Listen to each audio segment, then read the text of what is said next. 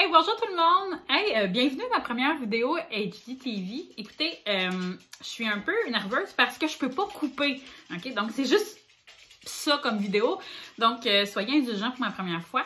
J'ai décidé de vous faire une vidéo de cette longueur-là sur le sujet de la planification de la troisième étape parce que je trouve que c'est quand même un sujet complexe, mais ô combien important dans notre travail. Aujourd'hui, je viens vous, dans le fond, vous partager ma démarche de planification que je vais faire pour la troisième étape parce que même si je planifie les étapes après de la même façon, reste que la troisième étape est quand même un petit peu spéciale. Je dis spéciale parce que avec les examens de fin d'année, c'est sûr qu'il faut tenir compte de ça dans notre planification. Donc, c'est sûr que moi, je dois tenir compte aussi de ma réalité que je suis en classe multiniveau 4e et 5e année. Ce qui veut dire que mes 4e années ont des examens du ministère et de la commission scolaire obligatoires, tandis que mes 5e, ce n'est pas le cas. Reste que je vais quand même faire des examens de fin d'année à mes 5e, simplement par le fait que je vais les faire en même temps. Puis je trouve que ça fait quand même que ça boucle la boucle. Mais je dois quand même en tenir compte. Ce vidéo-là est aussi sous forme d'article sur mon site web, La classe de Karine, si jamais vous voulez aller le lire plus en détail. Donc, la première chose qu'il faut faire, c'est pas prescriptif là, que je fais en fait, c'est un tableau des semaines de la troisième étape. L'année passée, je m'étais fait un super grand tableau sur des feuilles blanches. C'était bon parce que j'avais vraiment une vue globale. Par contre, c'était vraiment compliqué parce que c'était trop gros. Ça prenait vraiment beaucoup de place. Cette année, je me suis simplifié le travail et j'ai fait un tableau des semaines tout simplement. Donc, j'ai 3 pages jusqu'à la fin de l'année et j'y vais par semaine.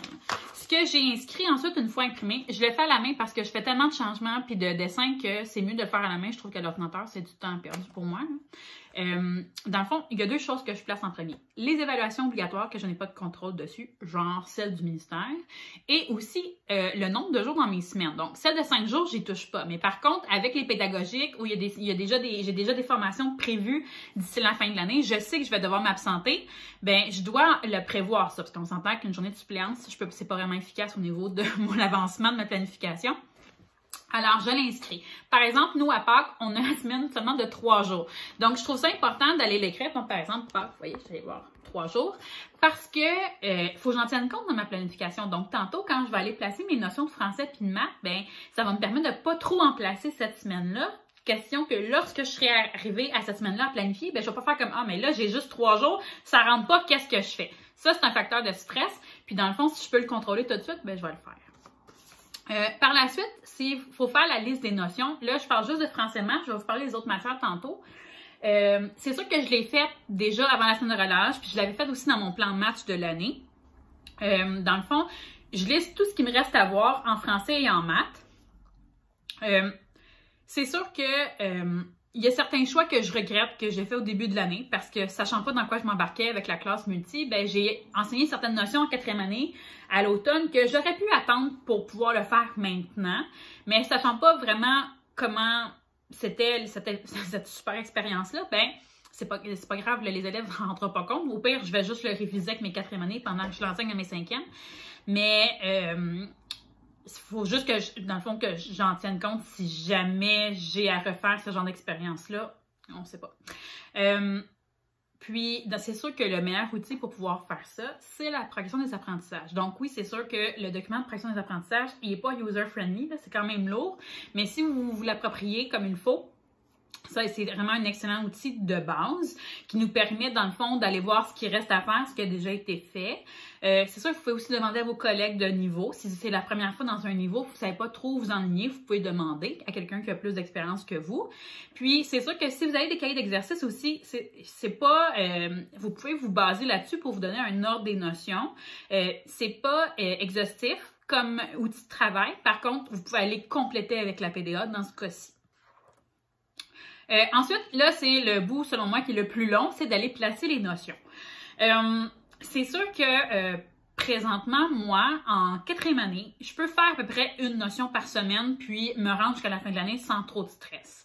Par contre, en 5e, avec le lot de nouvelles notions qu'il y a, surtout en maths, je peux pas me permettre de faire seulement une notion par semaine. Donc, je dois en placer 2 ou 3 par semaine. Donc, vous voyez que, par exemple, là, au retour de la semaine de relâche, je vois la mesure puis le périmètre, mais il faudrait aussi que je révise un petit peu ce que j'ai fait avant la relâche. Puis là, après, je fais R, volume. Il y a des semaines que je vais en voir plus. Donc, c'est sûr que quand c'est des notions qui sont plus grosses, j'essaie d'en faire moins dans la semaine, mais quand c'est des petites notions qui vont plus vite, j'en mets plusieurs dans la même semaine. Je dois tenir compte aussi des évaluations. Alors, je vous explique. En 4e année, j'ai l'examen d'écriture du ministère, qui est au début juin, du 2 au 4 juin, si je ne me trompe pas. Ce qui fait en sorte que c'est sûr que j'aimerais pouvoir faire une grosse session d'écriture à la 3e étape pour pouvoir, ben oui, évaluer mes élèves, mais aussi les préparer à celle du ministère. Donc là, je dois en tenir compte parce qu'il faut que je laisse au moins une semaine aux élèves pour la faire, au moins une semaine pour moi la corriger, puis il faudrait aussi que je me laisse du temps pour pouvoir faire une certaine rétroaction avec mes élèves avant celle de fin d'année. Donc là, si je suis disciplinée, il faut que je me laisse 3 semaines, sinon je peux me laisser un gros mois, ce qui veut dire que dans ma planète, je dois en tenir compte. Donc là, on appelle ça la planification en rebours. On part de la fin, puis on se dit, OK, ben par exemple, cette semaine-là, ça va être la rétroaction. Cette semaine-là, ça va être correction, les élèves la font. Donc, il faudrait que je la commence fin avril. Je trouve que c'est important d'aller placer ces gros morceaux-là, ce qui va permettre, parce que, par exemple, une session d'écriture, ça prend beaucoup de temps dans une semaine, ben ce qui fait en sorte que ça va toucher aussi la planification du reste de mes notions. Ensuite, là, on va aller placer le reste. Donc là, je vais placer sciences, univers social, éthique en plastique. C'est sûr que le mois de mai, est souvent attribué à la révision de fin d'année, avant les examens du ministère. J'ai toujours été en fin de cycle, okay? Donc autant en 6e ou en 4e, c'est ce que je faisais. Ce qui fait en sorte que parfois les autres matières sont un petit peu laissées de côté, mais on peut reprendre le tout en juin. Souvent, on va pouvoir, les élèves sont plus vieux, sont plus matures, donc on peut aller vraiment faire des plus gros projets élaborés en juin, ce qui est super intéressant pour les élèves et pour nous aussi. Ensuite, il faut que je pense à mes ateliers parce que je fonctionne beaucoup par atelier, puis je le place aussi dans cet horaire-là. Parce que, dans le fond, ce que j'aime faire, surtout en maths, c'est que je fais, par exemple, quelques semaines de notions, j'arrête, je fais une série d'ateliers pour réviser ce qu'on a vu. Ensuite, je continue ce chapitre et je fais une 2e semaine pour réviser tout ce qu'on a vu depuis le début du chapitre. Et là, viennent les évaluations de fin de chapitre. Et je l'écris dans cette planification-là. Parce que, par exemple, une série d'ateliers, je ne peux pas rentrer ça en une semaine de 3 jours. Donc, je dois en tenir compte aussi dans ma planification à ce niveau-là. Puis, je l'écris. En même temps, c'est sûr que c'est pas coulé dans le béton. Je peux toujours bouger. C'est pour ça que... tu sais, c'est quand même un brouillon, là, parce que on peut pas prévoir les imprévus. Ou, par exemple, si j'ai des élèves que je me rends compte qui auraient vraiment plus besoin de voir, par exemple, la notion du volume sur plusieurs semaines, bien, il va falloir que je bouge ma planification parce que ça répond pas à leurs besoins. C'est bien beau planifier, mais il faut aussi préparer les activités.